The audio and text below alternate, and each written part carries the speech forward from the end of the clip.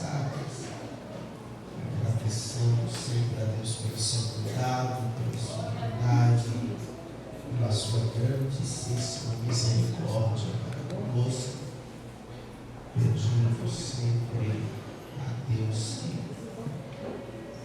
não nos deixe, não abandone nós, e continue nos auxiliando naquilo que nós não conseguiremos por nós mesmos fazer. Minha palavra de gratidão àqueles que estiveram ontem na nossa igreja mãe. Ontem a gente não conseguiu estar, meu pai veio de Carapicuíba, os familiares de Rondônia também, e nós vamos entender que uma tia que eu não havia 40 anos foi embora. Ontem ela veio, só que eles chegaram ontem e hoje ia embora. Então a gente tínhamos um dia para estar com eles. Aproveita agora, a gente não sabe quando terá uma outra oportunidade. Então esse foi o motivo de não irmos, mas sempre fica a nossa palavra de incentivo, de gratidão, a participação dos irmãos lá. Próxima terça-feira, o aniversário da Bispa Keila, e como é de praxe, há uma necessidade das nossas irmãs lá estarem representando a nossa igreja. Depois fiquem atentos aí aos grupos aí para que haja as ações. Tem lá um direcionamento lá que as irmãs vão conversar tudo certinho. E irmãos, aproveite para fazer um investimento em você. Eu me lembro que algumas vezes na minha vida eu dirigi culto de aniversário dos meus pastores. Algumas vezes na minha vida eu dirigi o culto de aniversário dos meus pastores. E na época não havia no coração da gente que um dia a gente saísse do pastoreio, até porque o que gostávamos mais era mais a itinerância do que do pastoreio. Não tem culto de aniversário para itinerante. Mas aprove a Deus por livre e espontânea pressão, e assim nos ajustando, e nós estamos aqui, né? Estamos aqui. Então, se você tem a oportunidade de fazer um investimento, até porque você não sabe no dia do amanhã, participe, seja bênção para a sua casa, mostrando, mesmo de forma, alguém diz assim, mas ela nem vai saber que eu estarei lá. Mas Deus vai. Trabalhar, a Bíblia aconselha assim, para trabalhar como fosse para o Senhor. Trabalhar, onde você tem o seu salário mensal. A Bíblia não diz para você trabalhar para o patrão, trabalhar como fosse para o Senhor. É como eu dissesse assim, não dê nó não que o Senhor está vendo. Não finja que está trabalhando sem estar, que o Senhor está vendo. Olha que sério. É um conselho bíblico. Queridos, em pé, por gentileza, Evangelho de Jesus, escrito por João, capítulo de número 9. Tem um fio da meada no meu coração e eu quero dividir com você.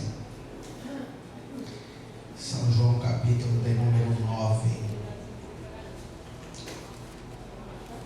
Glória a Deus.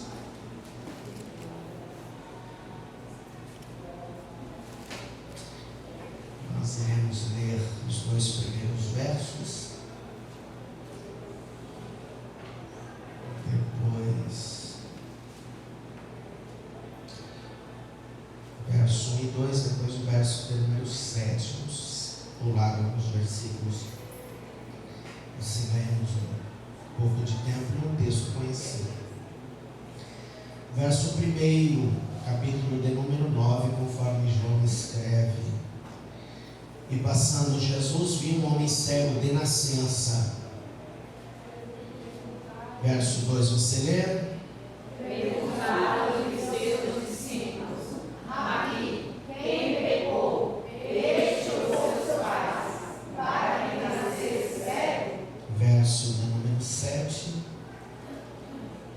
Ele disse: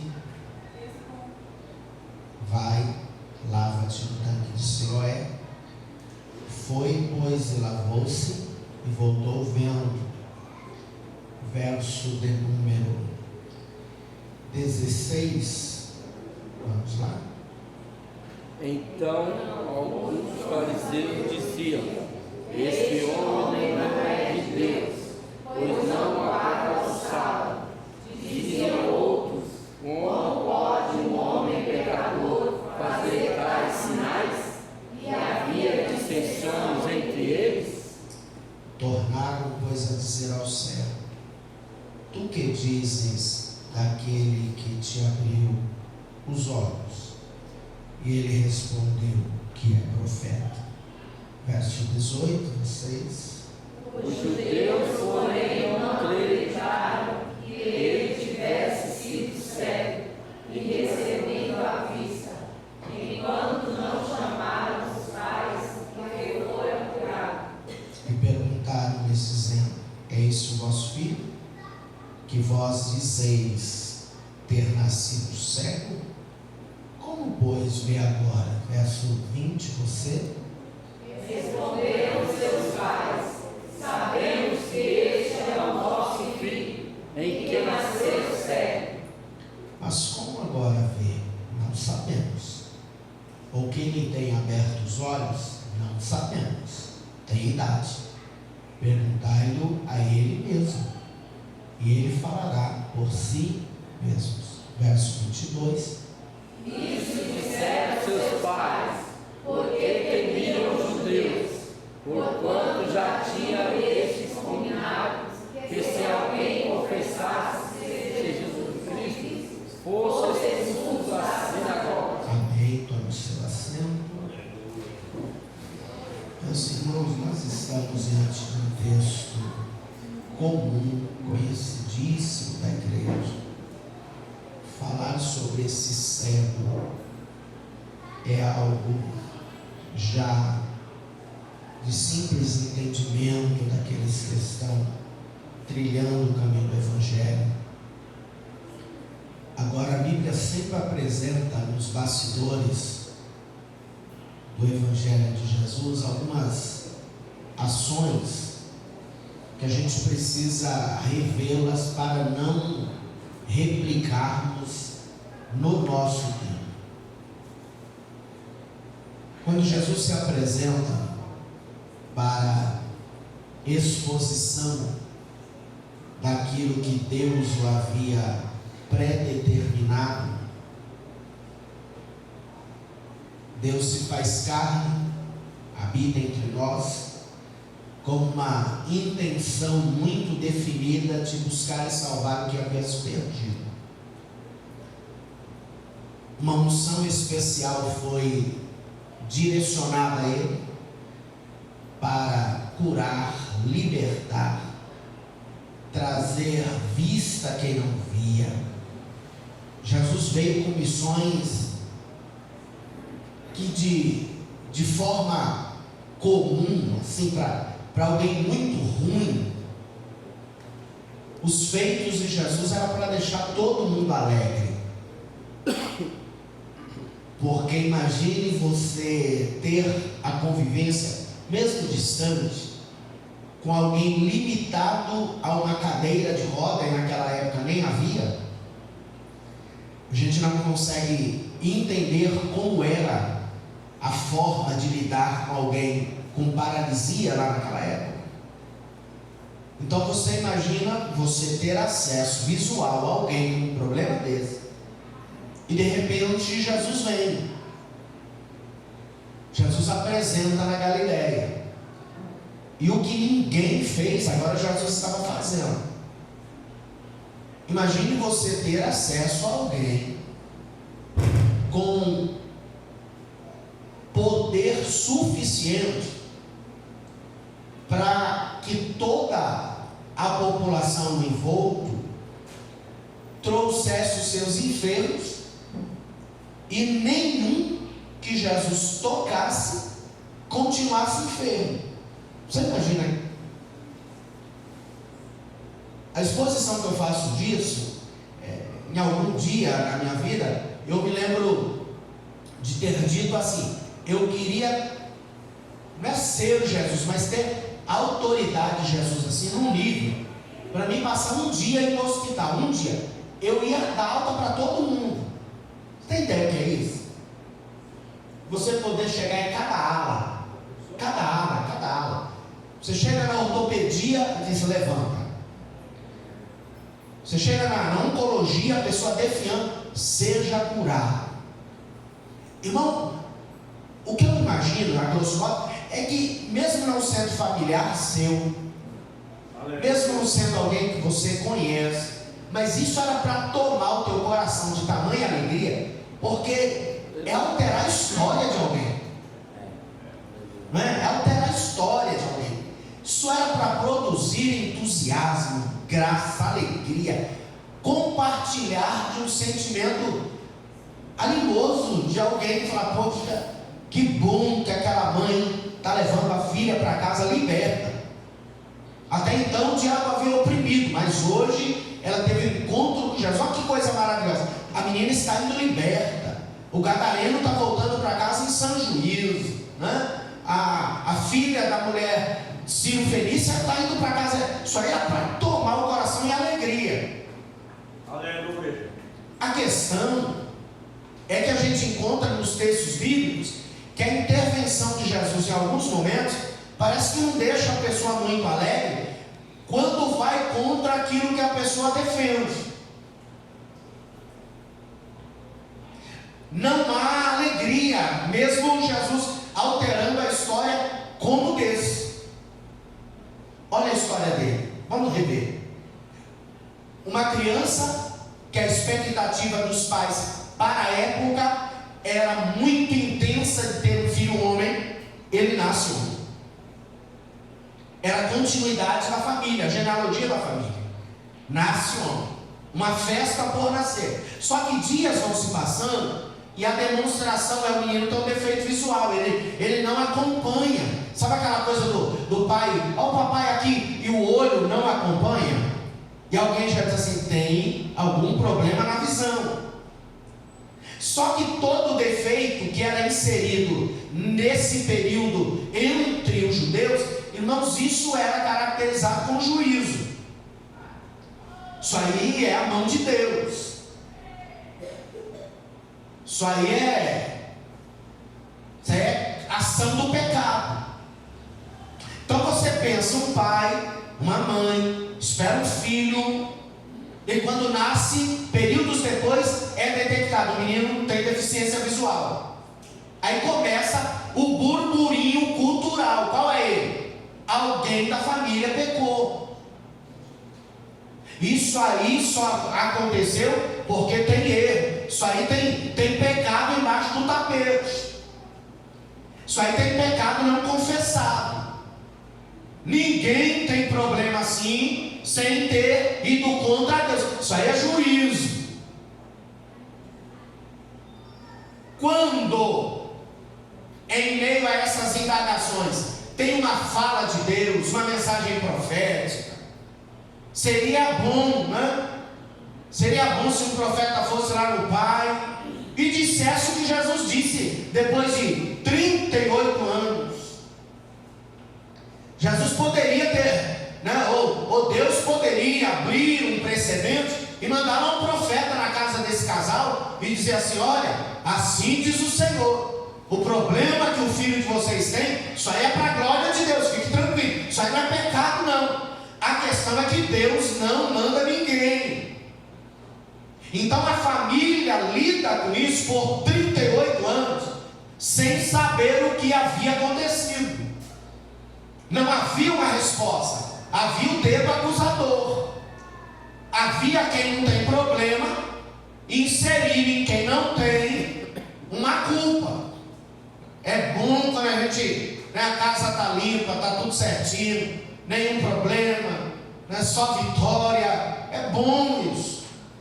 A gente pode olhar para os outros e falar: então, olha para mim, faça como eu faço, né? Crie os seus filhos como eu crio. Do jeito que eu crio é como deu certo. A gente pensa que essa equação. E não é assim. Então olha esse casal. É um casal que recebe uma situação, uma acusação dos estranhos, uma vida de um olho alheio, dizendo, porque se para ele, alguém quando tem a presença de Jesus, olha o que os discípulos queriam. Jesus responda para nós: quem pecou para que ele nascesse cego? Isso é uma dúvida. Tem um negócio aqui na minha cabeça. Eu sempre quis tirar essa dúvida. Agora que o Senhor que é poderoso, o Senhor que sabe o que ninguém sabe, vê o que ninguém vê, o Senhor tira uma dúvida minha. Qual é a dúvida? Quem pecou? Irmão, ninguém intercedeu para ele ser curado.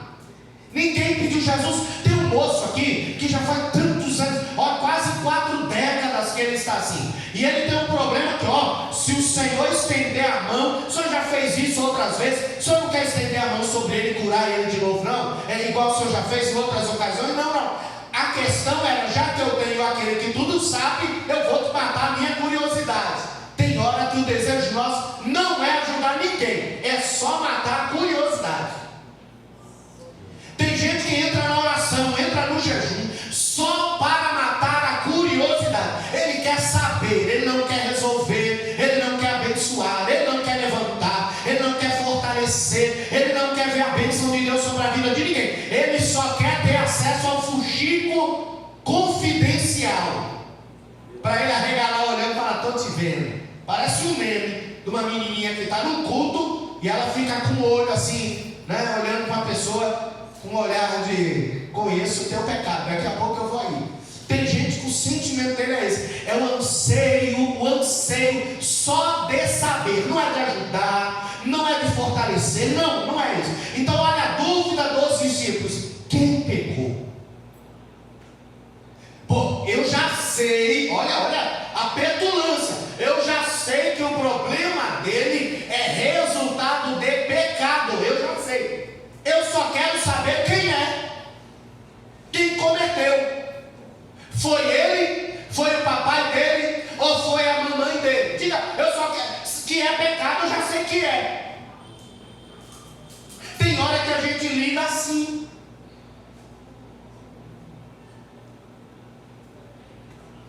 Para a decepção deles, Jesus responde assim: nem ele pecou, nem seus pais, mas foi assim, para que se manifestassem nele as obras de Deus. Eu imagino o semblante de decepção dos discípulos. Um deve ter olhado para o outro falando: eita, que vergonha. Quantas vezes a gente olhou para ele e a gente já deu até o veredito: para mim era o pai, aquela cara ninguém me ganha. Eu olhei, aquela cara dele, quantas vezes eu olhei para aquele pai. A gente não é assim. Mas o pai não dá uma olhada no olho de alguém e fala: não, aqui, ali tem alguma coisa. E a gente fica de camarote só esperando estourar. E às vezes o que estoura não tem nada a ver com a situação, mas só para a gente levantar a bandeira que a nossa acusação tinha razão. Isso aonde? No Evangelho. Isso aonde? No meio do ambiente aonde todos aqueles que foram alcançados foi por graça, misericórdia, bondade plena de Deus. Não tem um justo sequer. No ambiente aonde? No ambiente onde todos foram destituídos da glória de Deus. Foi nesse ambiente que Jesus chega. E o anseio de alguém é saber aonde foi o erro, quem pegou. Só para validar o que eu... alguns dizem assim: não, eu tive um sonho e eu estou só esperando concretizar. Qual foi o sonho? Não, no meu sonho, eu vi ele fumando. No meu sonho, eu vi ele fornicando. No meu sonho, eu vi ele adulterando. E eu tenho certeza que mais hora, menos hora, vai acontecer. Não há no coração do indivíduo a mínima possibilidade de, ainda que seja Deus, quem sabe Deus está me revelando, antevendo, para que eu entre em oração, faça jejum, para que isso não venha acontecer. Mas não passa isso na mente da pessoa. Há um anseio de concretização do que eu vi. Eu preciso ter a validação do que aqui foi apresentado, que se não acontecer, eu caio da fé. Irmão, o evangelho não é para isso. Jesus não veio para isso. Jesus veio e em uma das suas apresentações ele diz assim: eu não vim para os sãos, eu vim para os doentes. O que ele quis dizer para a gente é mais ou menos assim: aonde tiver alguém com problema, para esse eu vim. Aonde tiver alguém com uma carência, para esse eu vim. Aonde tiver alguém com uma ação na vida abaixo do que é o normal para ele, para esse eu vim. Ei, para esse eu vim. Como você é meu discípulo, eu imagino que você vai ser apoiador de trazer esse que tem necessidade a mim. Eu imagino que é esse a tua ideia de discípulo. Não é querer estar do lado do são, aplaudir o são, louvar aquele que está são. Não. É trazer quanto mais doente vir, e mais doente ser liberto, mais doente ser curado, mais doente ser transformado, mais deveria ser a tua alegria. Pois para isso ele veio. Agora na mente de alguém, não passa isso, gente. Alguém que é discípulo de Jesus, ele só quer tirar dúvida. Quem pecou? Foi ele? Foi o pai? Foi a mãe? Eu quero resposta. E já que eu tenho Deus do meu lado, chegou alguém que vai me responder a minha dúvida. Não é possível que a gente tem Deus do lado e tudo o que a gente quer é tirar dúvida da vida do outro para saber quem é que errou. É essa a oportunidade que a gente vai ter. A gente tem a oportunidade de trazer ele para Jesus e Jesus curar. A gente tem a oportunidade de trazer e Jesus libertar. A gente tem a oportunidade de trazer Jesus estender a mão e a vida da pessoa será alterada. A gente tem a oportunidade de trazer a pessoa para Jesus. Jesus dá um conselho e a vida dele nunca mais vai ser a mesma. Mas tudo o que a gente quer na oportunidade que temos é tirar a dúvida de quem errou. Que cena é essa? Isso aqui é o texto. Quem pecou? Ele não. A mãe dele não. Já que ele não pecou, e a mãe dele, como que é isso?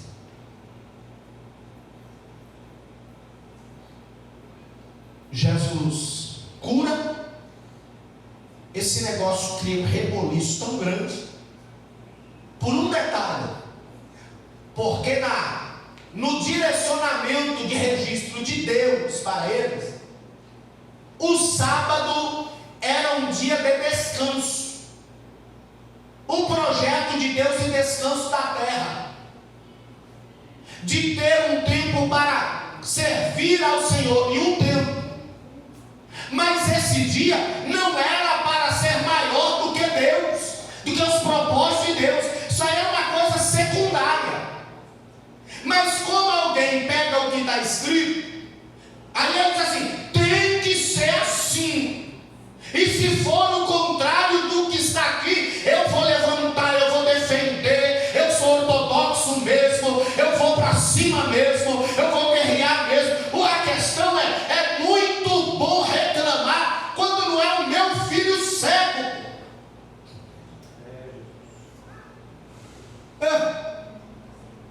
Jesus cura o moço.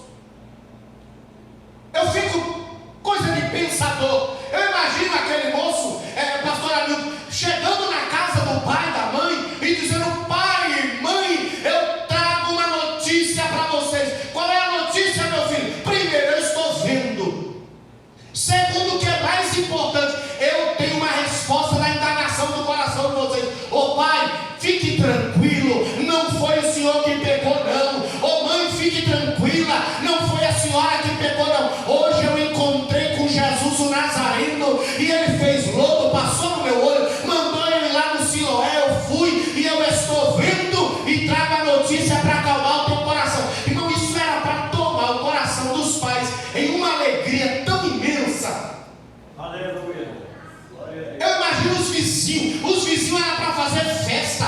dizer: vamos nos alegrar, porque o teu filho que era cego agora está vendo. A sinagoga era para se alegrar, o moço que era cego e mendigava agora está vendo. Era para ter alegria, mas em vez da alegria pegaram uma frase, uma expressão de não pode, e agora vão contra e dizendo: como é que você está vendo num dia que não podia ver? O senhor está indo contra a lei. Deixa eu te explicar. Desde quando eu nasci, eu sou cego. Você sabe o que é isso? Você lembra? Fala para mim da fisionomia da tua mãe. Fala dela. Do teu pai. Você sabe a fisionomia? Eu descobri a fisionomia do meu pai e da minha mãe hoje. Mas o que me produziu benefício te incomoda tanto assim? Deixa você tão quieto assim, porque Jesus foi misericordioso comigo e me arrancou esse mal. Isso te incomoda tanto assim, irmão, é impressionante. Mas tem hora que incomoda alguém. Tem gente que fica incomodado quando a misericórdia de Deus alcança alguém e uma pessoa olha e fala: mas não podia ser desse jeito. Isso aí está contra a Bíblia. A Bíblia não fala assim, irmão. A Bíblia não fala assim. Mas se o dono da Bíblia resolveu fazer, eu vou ficar contra. Não, mas é que a palavra. Então, mas teve um monte de outras coisas que não foi escrito por falta de espaço, ok? Todos os livros do mundo não ia compor. Agora, se ele fez alguma coisa diferente do que está registrado, para bem de alguém, para transformação de alguém, eu vou ficar triste. Eu vou entrar na murmuração. Não, pastor, é que a gente tem que ser ortodoxo. Então vamos mudar para dentro da tua casa o problema agora. Não é o filho do seu José que é cego, é o teu. É o teu, que nasceu cego. Não é o seu José que perguntava a vida inteira quem é que pegou. É você. E agora? Porque existe um princípio no Evangelho, e aqui eu gostaria de travar o teu coração. A gente recebe perdão por perdão dado. A gente recebe misericórdia por misericórdia oferecida. A gente recebe cuidado por cuidado oferecido. Isso aqui é Evangelho. A gente colhe aquilo que a gente planta. Isso aqui é Evangelho.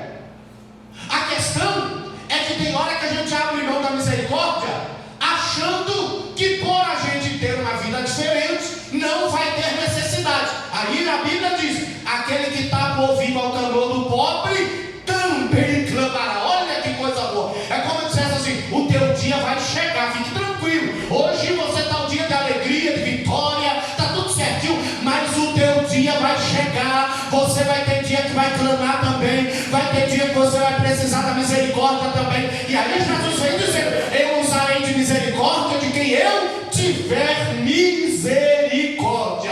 Irmão, que a igreja do Senhor possa acordar de novo. Porque tem hora que a gente é tão ortodoxo. Não, pastor, a exegese diz assim. E não, a exegese diz assim até a hora que não entrar dentro da minha casa. Um dia desse nós estávamos no Brás e houve a reintegração de um pastor. Só que ele era filho de um outro pastor. E o bispo trouxe ele para frente. Falou: irmãos, nós estamos reintegrando o pastor fulano de tal, a comunhão da igreja e ao pastoreio dele. Eu não ia fazer isso em público, mas o pai dele conversou comigo e pediu para que fizesse isso em público.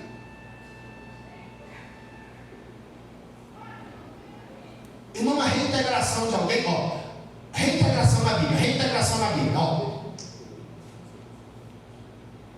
o pastor perde uma ovelha. Dia normal de trabalho. Aprisco, cuida, ele perde uma ovelha, ele deixa os 99. Ele vai no deserto, reencontra a ovelha. Quando termina o dia, festa. A mulher tem 10 dracmas, perde uma dentro de casa, acende a candeia, varre a casa, dracma perdida reintegra festa. O pai, 2 filhos, um vai embora, gasta tudo que tem, a hora que retorna, o pai o recebe, festa. Que loucura é essa nossa, que a gente não se alegra com reintegração? Meu Deus. Meu Deus. Será que a gente não está boicotando a festa? Porque só tem um momento na Bíblia que tem festa, reintegração. É quando o pecador se arrepende, é quando o filho volta, é quando o valor reintegra. Só nesse momento tem festa. E a gente boicota a festa. Porque não é assim, pastor, não pode ser assim. Irmão, como é que não pode ser assim? Não, pastor, mas o senhor já leu lá no capítulo de número tal, o versículo tal, pastor, o senhor já leu aquela tradução. Irmão, o senhor já falou com Deus, já falou com ele. Tu já foi no enterro de alguém que morreu sem Jesus? Tu já foi no velório de alguém que a mãe serviu a Deus e o menino morreu no pecado? Tu já viu essa mãe chorando? Então eu já fiz velório de menino assim, da mãe em desespero, porque ela sabia que o filho morreu sem Jesus. Agora, irmão, eu vou boicotar quando a misericórdia de Deus vai lá e abraça e traz de volta. Aqui não. E eu preciso te orientar, irmão, em nome de Jesus, quebranta o teu coração, porque qualquer hora quem vai necessitar da misericórdia é você, é a tua causa. Então, já que tem alguém alegre, alegra-te com ele, festeja-te com ele. Aquele homem que aquele pastor traz e ele faz festa com as ovelhas, Você acha que quem veio na festa foi ovelha? Não, vou chamar aqui minhas ovelhas, agora tem 100, vou preparar aqui um pasto bem verdejante. E não, irmão, ele chama, são pastores amigos. Ei, eu achei a ovelha perdida, você pode vir para a festa, vou me alegrar com você. Aquela mulher, ela se alegrou com quem? Foi com as amigas dela, irmão. E o pai se alegrou com quem? Ele se alegrou, foi com os trabalhadores e foi para a porta da casa para convencer o irmão mais velho, dizendo: o teu irmão, rapaz, ele estava perdido, mas ele foi achado. E isso é motivo de nós nos alegrarmos, irmão. Que uma misericórdia de Deus seja princípio estabelecido na igreja e não legalidade. Tem que ser assim, pastor. Pastor, o senhor vai criar jurisprudência nisso, pastor. Se eu ficar tratando assim com misericórdia, vai ter problema. Então, querido, graças a Deus que um dos seus nunca teve problema. Porque o dia que tiver, eu estou até vendo a tua voz me procurando. Meu Deus. Aleluia. Deus maravilhoso. Eles não se alegraram com essa família. Gente, eu imagino que esse pai aqui deve ter ficado alegre de uma tal maneira. Meu filho, primeiro você está vendo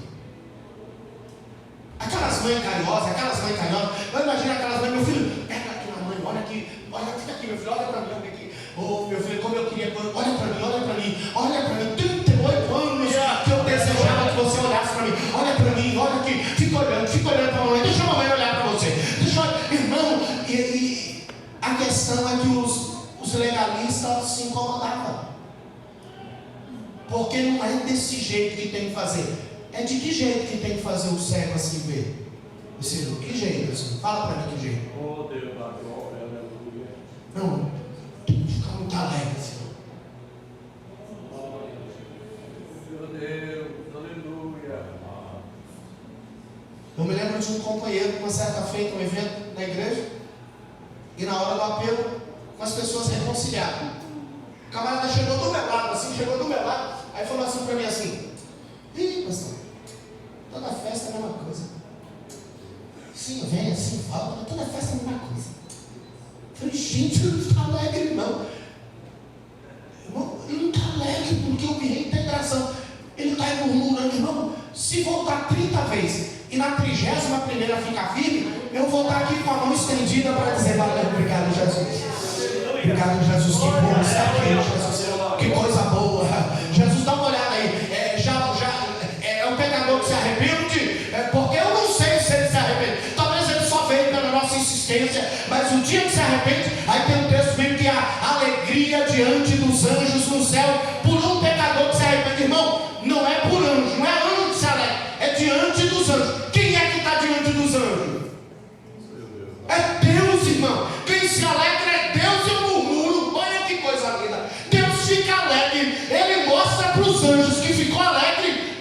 de baixo com bicudão. Não tô. Vamos esperar uns 6 meses para ver se fica. É esse o coração da igreja? Não, meu irmão. A alegria da igreja voltou, que maravilha, deixa comigo. Vou te ajudar, vou te apoiar. Estou aqui, minha função é essa. Porque eu sei que quando tudo estiver certinho, isso termina em festa. E se tem uma coisa que crente gosta é de festa. Olha em que nível chega. Olha em que nível chega. Verso de número 17. Tomaram, pois, dizer ao cego: tu que dizes àquele que te abriu os olhos? E ele respondeu: que é profeta. Os judeus, porém, não creram que ele tivesse sido cego e que agora visse. Olha o que o texto diz aí. Verso de número 18. Dá para projetar essa linha? Verso 18, olha lá. Enquanto não chamaram os pais. Irmão, eu imagino aquela comitiva chegando na casa dos pais, e os pais radiantes de alegria, porque o filho que era cego agora estava vendo. E quem sabe ele olha assim, que a gente é simples, né, irmão? Quem sabe eles olham e falam: chegou para se alegrar. Foi o pessoal da sinagoga que veio para contar um testemunho e quer que a gente se apresente. Não. Chegaram para querer indagar a eles sobre se o menino era cego mesmo. Você acha que esse convite aqui foi um convite assim bem amistoso? Assim, a ida dos pais até a sinagoga foi uma caminhada assim bem. Irmão, tem hora que a igreja faz isso. Só tem um problema com o fariseu. Só tem um problema com o legalista. Só tem um problema com o escriba. Só tem um problema com o rei. É que a lepra que pega o Bertano, pega o ciclano também. Tem hora que a gente pensa que o problema só pega pega o rei, pega o amigo do profeta, pega a Miriam, que é irmã do Moisés. Só depende da conduta. Deixa eu repetir isso aqui. Dependendo da conduta, dependendo do que fala, dependendo do que pensa, dependendo do que põe a mão, a lepra aparece. Deus não quer saber se é filho de A, de B, de C. Não, é a conduta, é o comportamento. A irmã Miriam foi abençoada, sabe por quê, irmão? É porque Deus foi tão misericordioso, que a nuvem não foi embora enquanto ela não fosse curada. Eu fico pensando, se antes do arrebatamento da igreja, alguns ficar leprosos, e a arca se fechar antes dele ser curado, antes dele ser reposicionado. Alguém chega e diz: pastor, esse negócio aí precisa de 1 ano, pastor, de disciplina. 1 ano, cara, velho, 1 ano. Ó, 1 ano é 1 ano assim, respirando o suficiente só para viver. Fala: é mesmo? Que coisa espetacular, hein? É assim, é. Deixa eu lhe perguntar uma coisa: alguém da tua casa já foi disciplinado? Foi não? Conhece alguém do rol de amigo seu que no meio da disciplina nunca mais voltou para a igreja? Conhece ninguém? Se eu começar a fazer uma lista aqui, termina o culto eu escrevendo. Eu abordei patriarcas da igreja para saber isso. Como era tratada essa situação? Não era tratada. Era só colocado de banco. Não tinha tratamento. Eu fecho.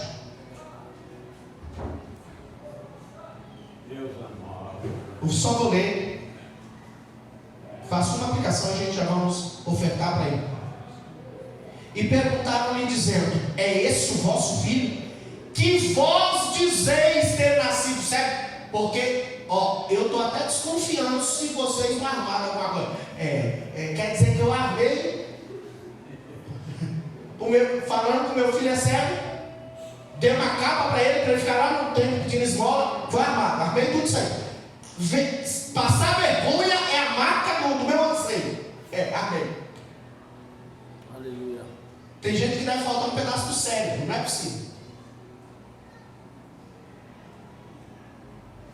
Indagaram isso aí. Como, pois, vê agora? Seus pais responderam e disseram: sabemos que esse é o nosso filho, e que nasceu cego. Mas como agora vê, não sabemos. Ou quem lhe tem aberto os olhos, não sabemos. Tem idade. Pergunta a ele mesmo.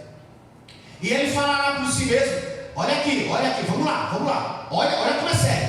Seus pais disseram isso, verso 22, porque temiam os judeus, porquanto já os judeus tinham resolvido que se alguém confessasse ser ele o Cristo, fosse expulso da sinagoga. Se não apoiar o que a gente pensa, a gente tira do hall da comunhão da igreja, a gente tira o cargo.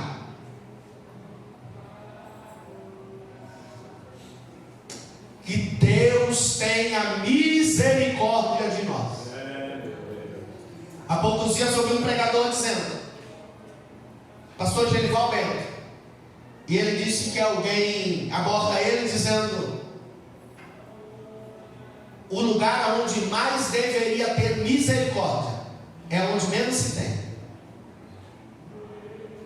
Aonde a gente fala de amor, de resgate, de transformação, de um Deus que faz coisas espetaculares, é o lugar onde menos se tem misericórdia. Ai de quem cair no nosso meio, ai de quem vacilar no nosso meio. No lugar onde o nosso Deus é o que perdoa e aconselhou, é para perdoar 7 vezes 7, não é 70. Nesse lugar onde a glória é para Ele, o louvor é para Ele, o nome dele é glorificado, a membresia, os discípulos dele têm uma mentalidade dizendo: aqui não, aqui tem que ser santo, porque Ele é santo. Fique tranquilo, quando Ele for avaliar a tua vida, Ele vai usar o mesmo peso na balança que você usa para os outros. Fique tranquilo. O nível da exigência de santidade para com você é no mesmo nível da exigência da santidade para com os outros. Sabe aquela santidade que você acha que os outros têm que ter? É o nível da que Deus vai exigir de você. Não, pastor, que é isso? Piscou errado. Então, piscou errado é digno de inferno. Eu imagino Deus olhando e falando: é assim? Eu queria ser mais misericordioso, mas você não quer, então vamos tratar do jeito que tu gosta.